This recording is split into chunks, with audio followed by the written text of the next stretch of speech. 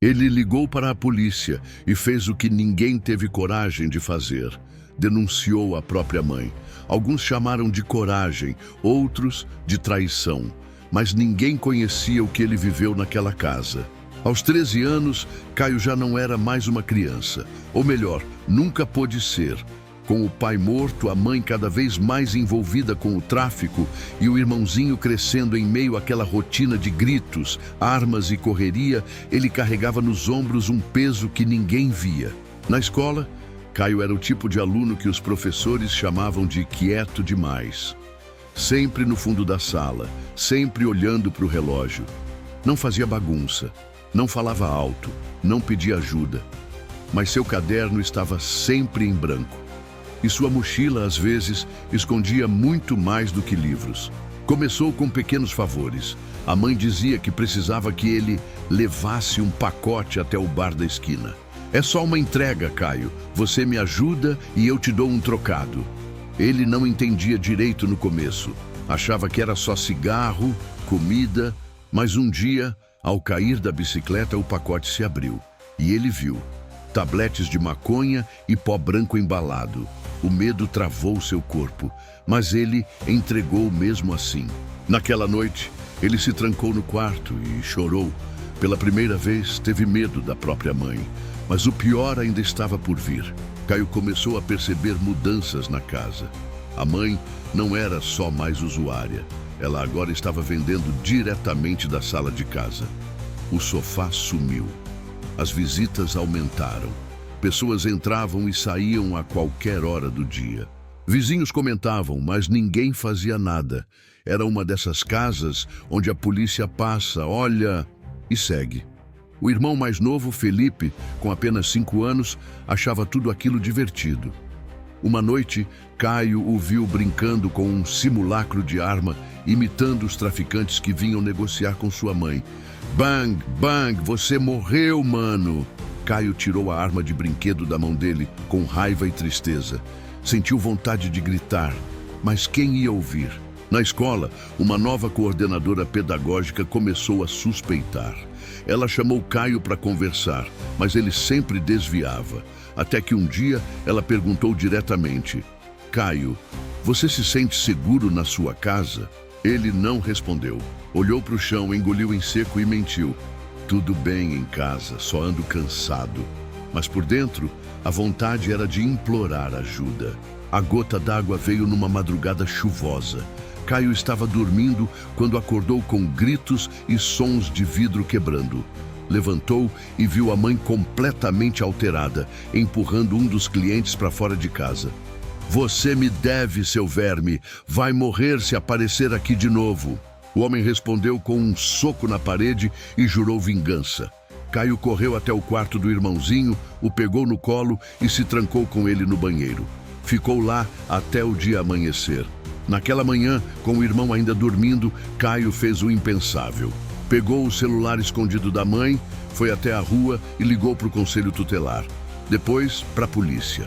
Disse poucas palavras. Minha mãe vende drogas, meu irmão está em risco, a gente precisa sair daqui. A denúncia chegou. E com ela, uma cadeia de consequências que Caio jamais poderia prever, nem controlar. A mãe jurou que ele ia se arrepender.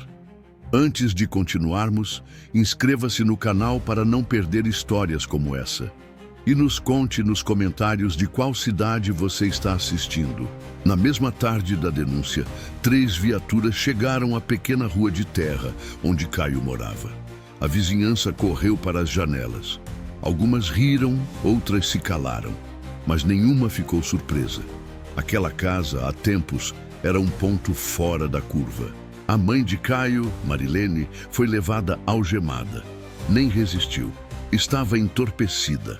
Na delegacia, ainda tentou dizer que tudo era um mal-entendido, que era só para consumo, que as crianças nem sabiam o que acontecia. Mas a polícia já tinha a denúncia. Sabia que o próprio filho havia ligado. Quando ouviu isso, Marilene surtou. Começou a gritar. O Caio, não! Ele não faria isso! Vocês estão mentindo! Meu filho nunca faria isso comigo!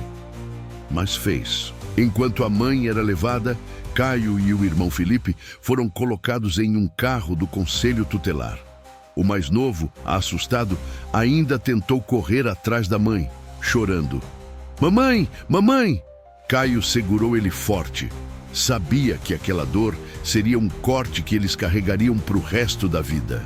Dentro do carro, Felipe olhou para ele com os olhos cheios d'água. A mamãe vai voltar? Caio não respondeu. Nem sabia se queria que ela voltasse. Foram levados para um abrigo público no outro lado da cidade. Nada acolhedor.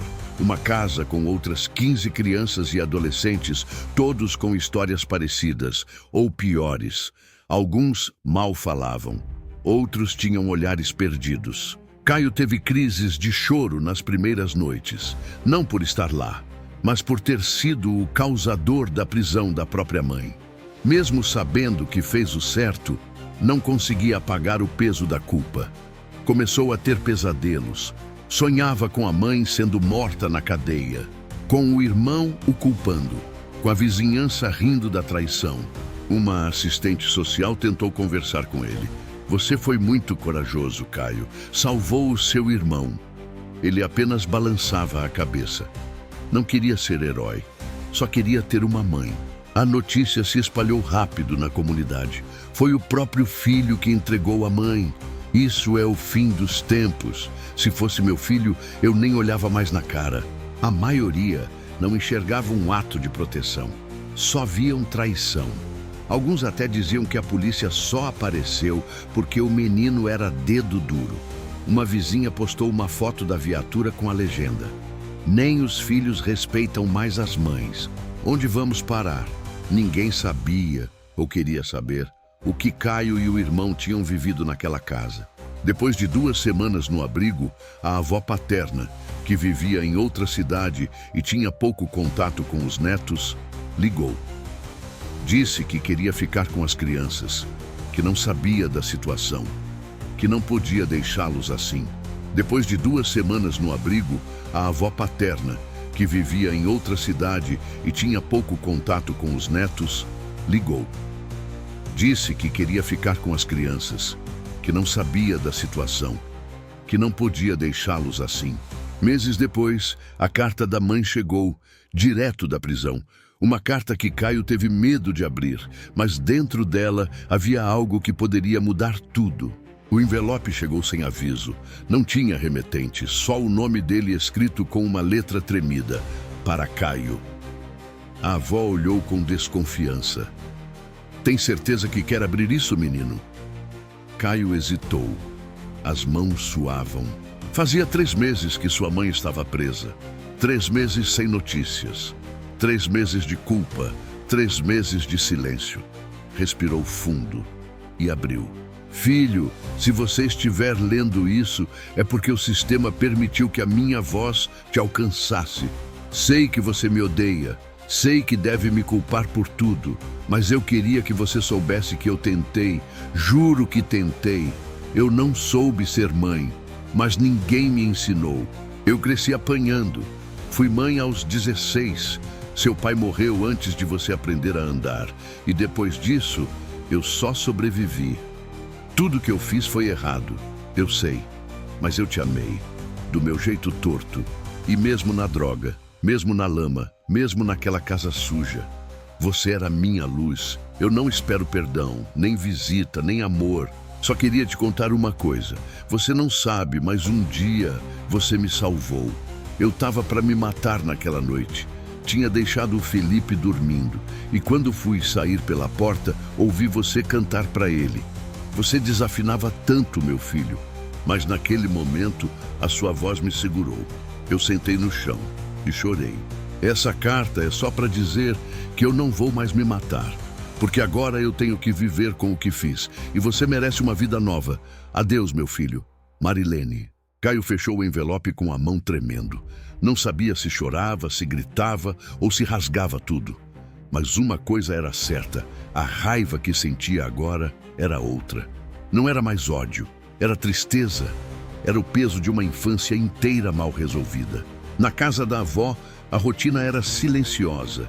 Ela era rígida, religiosa, fria, mas não batia, não xingava. E isso já era um avanço. Caio tentou voltar à escola, mas tinha vergonha. Achava que todo mundo sabia da história. Achava que todos o olhavam como o menino que mandou prender a própria mãe. E pior, começou a sentir que o irmãozinho, Felipe, o olhava diferente, mais calado, mais triste. Uma noite, o pequeno perguntou: Caio, a mamãe vai voltar? Caio travou. Vai demorar, mas um dia, talvez ela volte. A carta virou uma assombração. Caio a lia toda semana, às vezes antes de dormir, às vezes escondido no banheiro. E cada vez que lia, sentia menos certeza sobre o que fez. Ele sabia que precisava proteger o irmão. Sabia que ninguém mais teria feito isso por eles, mas ao mesmo tempo, sabia que destruiu a única pessoa que os chamava de filho. O tempo passou, anos, e Caio cresceu, tentou esquecer, mas um dia um envelope diferente chegou. Não era uma carta, era um convite, e o remetente era a penitenciária estadual. Se passaram 6 anos. Caio agora era um homem feito, trabalhava como estoquista em um mercado, terminou o ensino médio com supletivo e fazia de tudo para manter o irmão longe de qualquer trauma. Felipe agora tinha 10 anos, não lembrava direito da mãe, mas às vezes sonhava com ela, perguntava menos, parecia mais forte do que o irmão mais velho, até aquele dia. Chegou uma carta no nome de Caio. Remetente, Penitenciária Estadual de São Lucas. Era curta.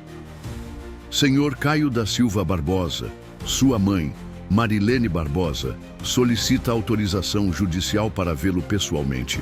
Trata-se de seu último pedido antes da transferência de unidade. A visita é voluntária. Caio ficou parado, lendo aquilo repetidas vezes. Último pedido, transferência, visita voluntária. Por que agora? O coração dele, que há anos tentava se blindar, disparou. Naquela noite, ele não conseguiu dormir. Olhou para o teto, pensou em tudo, nos tapas, nos gritos, no medo de dormir. Mas também pensou no abraço que ela deu quando ele caiu da bicicleta, no mingau ralo que ela fazia com o que tinha, no canto desafinado, na carta. No outro dia, respondeu o ofício. Aceito, mas não levo o Felipe. A visita foi no sábado. Na salinha da penitenciária, o relógio parecia parado. Quando Marilene entrou, Caio não reconheceu. A mulher estava magra, os cabelos mais brancos do que lembrava, os olhos fundos, mas vivos. Ela não sorriu, nem chorou. Você cresceu. Caio apenas acenou com a cabeça. Ela tentou puxar conversa, contar como era difícil a vida lá dentro. Mas ele cortou. Por que pediu para me ver? Silêncio. Ela respirou fundo. Porque meu tempo aqui está acabando. E eu não ia embora sem olhar na tua cara e dizer que eu entendi. Caio franziu a testa. Entendeu o quê? Ela firmou os olhos. Que você fez o que eu devia ter feito. Você protegeu o Felipe. Você me prendeu para ele ser livre. Caio não esperava aquilo. Não era desculpa, não era drama, era aceitação. Ela abaixou a cabeça. Não vim pedir perdão, só queria te dar isso. E tirou um papel amassado do bolso. Era um desenho do Felipe, ainda pequeno. Aquele mesmo que tinha desenhado ela de cadeira de rodas com um coração. Ele me via melhor do que eu era. Caio segurou o desenho. As mãos tremiam. Você tem mais 2 minutos, avisou a agente penitenciária. Marilene se levantou, olhou nos olhos do filho uma última vez. Obrigada por ter me parado e por ter criado meu filho melhor do que eu jamais conseguiria. Ela saiu. Caio ficou sentado, mudo, com um desenho infantil na mão e uma dor no peito que não sabia nomear. Ele nunca contou para Felipe o que houve naquela visita. Nunca levou o menino até a prisão. Nunca buscou contato novamente. Mas naquela noite, deixou o desenho na mesa do irmão. Felipe olhou curioso e perguntou: Onde você achou isso? Caio respondeu: Acho que é seu, guarda. Um dia você vai entender. Nem toda mãe sabe ser mãe, mas todo filho carrega uma decisão: seguir o mesmo caminho ou quebrar o ciclo. Caio escolheu ser o fim da dor, mesmo que isso o transformasse em ferida. Inscreva-se aqui no canal e não perca histórias emocionantes como essa. Todas as segundas, quartas e sextas temos vídeos novos por aqui. Deixe seu comentário. Você seria capaz de perdoar Marilene?